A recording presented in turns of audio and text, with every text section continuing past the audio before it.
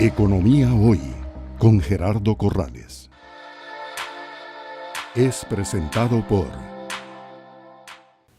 Bienvenidos a Economía Hoy, democratizando la educación financiera desde el Hotel Real Intercontinental en San José, Costa Rica. Me complace estar con el doctor Francisco de Paula Gutiérrez. Bienvenido, don Francisco. Muchísimas gracias por la invitación y un placer estar aquí con usted. Es de mucha importancia para las familias costarricenses un precio relevante como lo es el tipo de cambio.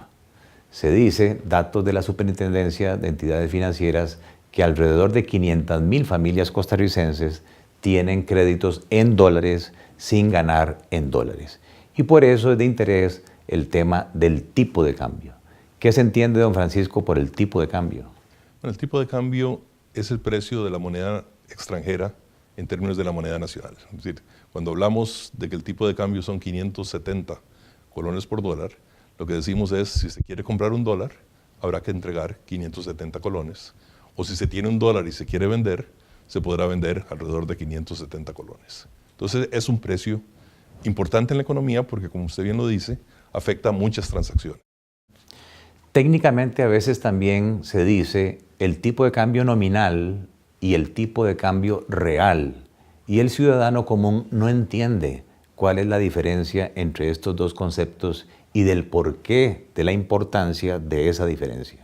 Sí, el tipo de cambio nominal, como decíamos, es precio en colones. Es una medida, es cuánto cuesta hoy. El tipo de cambio real es un concepto mucho más complicado y lo que trata de medir es cuál es el costo de mi producción, de mis bienes en relación a los bienes externos, que no necesariamente es cuántos colones tengo que dar para obtener un dólar. Entonces, el tipo de cambio real afecta en el sentido de las decisiones más importantes de la economía, porque si yo como consumidor veo que la moneda está apreciada, eso significa que el tipo de cambio real está bajo, voy a preferir comprar bienes externos en vez de los locales. Y los extranjeros van a preferir comprar bienes de su país en vez de comprarnos nuestros bienes. Entonces, el tipo de cambio real, es decir, esa relación de precios, afecta la capacidad de exportar, afecta la disposición a importar. Esa no lo medimos en el tipo de cambio nominal, porque está determinado no solo por cuántos colones por un dólar, sino por cuáles son los precios en Costa Rica, cuáles son los precios en el resto del mundo. Entonces podríamos decir que el tipo de cambio real de alguna forma es una medida del nivel de competitividad de corto plazo de un país. En alguna forma sí, de alguna forma sí. Es decir, yo puedo competir mejor de esa manera. No es por esa forma que yo adquiero competitividad, ¿no? Es por otras formas, pero sí, en el corto plazo afecta las decisiones. Y cuando se habla de la política cambiaria, ¿a qué se refiere ese concepto? ¿Y de quién es la responsabilidad de la política cambiaria? La responsabilidad fundamental de la política cambiaria es del Banco Central. Es quien define cuál es el régimen cambiario que tiene el país. Y es importante porque eso nos influye en cómo se fija el precio del dólar en una economía. Costa Rica ha pasado por distintos regímenes cambiarios. ¿Nos podría hacer un resumen de los últimos años de estos 3 regímenes cambiarios? ¿En qué consisten? En realidad son 4 si partimos de los años 70, Correcto, que teníamos un tipo de cambio fijo. En el tipo de cambio fijo, el Banco Central lo que hace es decir, yo le compro o le vendo dólares a este precio, punto, y fijo. Entonces no varía de día a día. Para eso el Banco Central tiene que tener reservas y para eso el país tiene que manejar sus otros instrumentos de política. Con la crisis de los años 80, que ya no se pudo sostener un tipo de cambio fijo, pasamos después a un esquema de mini devaluaciones. Las mini devaluaciones es un tipo de cambio fijo, pero lo fijo dura un día, ¿no? Porque todos los días el Banco Central decía, bueno, ahora a este precio nuevo yo voy a estar comprando y vendiendo lo que usted quiera. Eso, el problema que tiene es que generó ciertos automatismos. Entonces, como el tipo de cambio se mueve todos los días, los precios se mueven todos los días, y al final de cuentas nos quedamos en inflaciones del 10, del 15%. Y además no hay ninguna garantía que al hacer eso que llamamos el tipo de cambio real, desde el punto de vista de productividades, ya no de costo de canasta, de productividades, en una economía fueran estables. De ahí pasamos a las bandas cambiarias.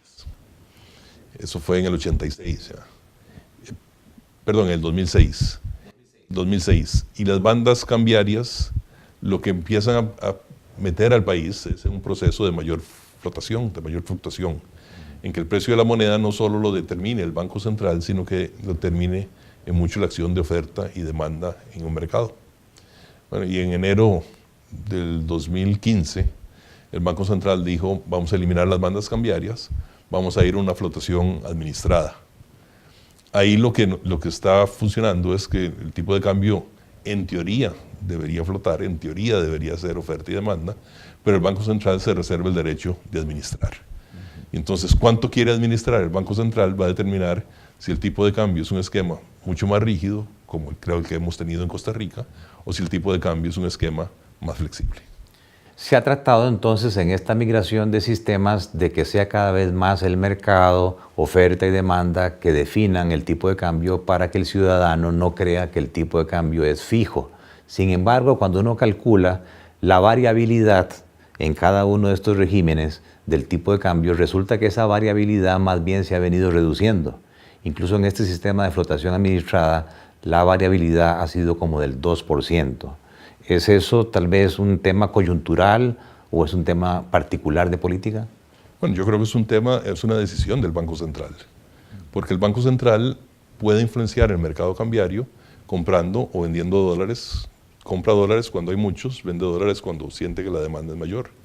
Y lo que hemos visto en los últimos meses, años ya, es que el Banco Central, por ejemplo, decide que los dólares al sector público no bancario, en donde está Recope, por ejemplo, se los vende sin que vayan directamente al mercado, sin que haya presión en el mercado. Que el Banco Central, cuando el gobierno tiene muchos dólares porque logró hacer un préstamo, los compra sin permitir que bajen los precios. Entonces el Banco Central tiene una política no tanto de una flotación que administra, sino de una administración que flota, en el sentido que es mucho más administración que flotación lo que estamos viendo. Gracias por estar con nosotros aquí en Economía Hoy, democratizando la educación financiera desde el Hotel Real Intercontinental en San José de Costa Rica. Es presentado por Economía Hoy, democratizando la educación financiera.